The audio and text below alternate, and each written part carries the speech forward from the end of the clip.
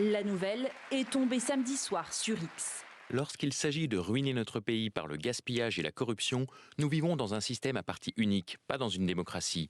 Aujourd'hui, le Parti de l'Amérique est créé pour vous rendre votre liberté. Elon Musk se dote de sa propre formation politique. 24 heures avant, le milliardaire avait demandé leur avis aux internautes. Devrions-nous créer le Parti de l'Amérique ?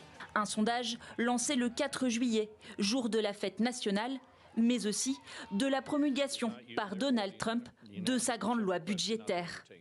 Le texte, qui menace de creuser le déficit, est critiqué depuis des semaines par son ancien soutien. Entre les deux hommes, le divorce est consommé.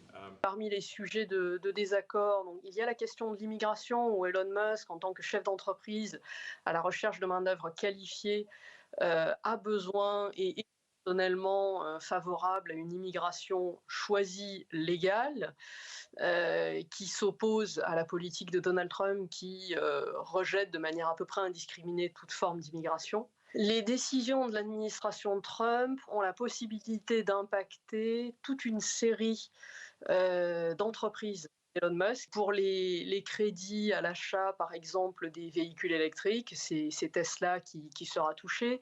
Face aux deux grands partis américains, l'homme le plus riche du monde, qui prône un modèle de société ultra-libérale, veut incarner l'alternative. Mais quelles sont ses chances de peser? Le scénario le plus probable vis-à-vis du parti d'Elon Musk, c'est que ça fasse un flop.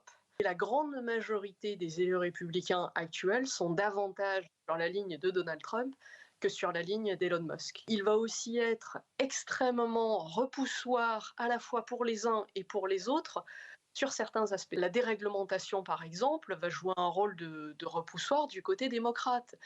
Et là encore, de manière rédhibitoire. Une chose est sûre, Elon Musk ne sera jamais président.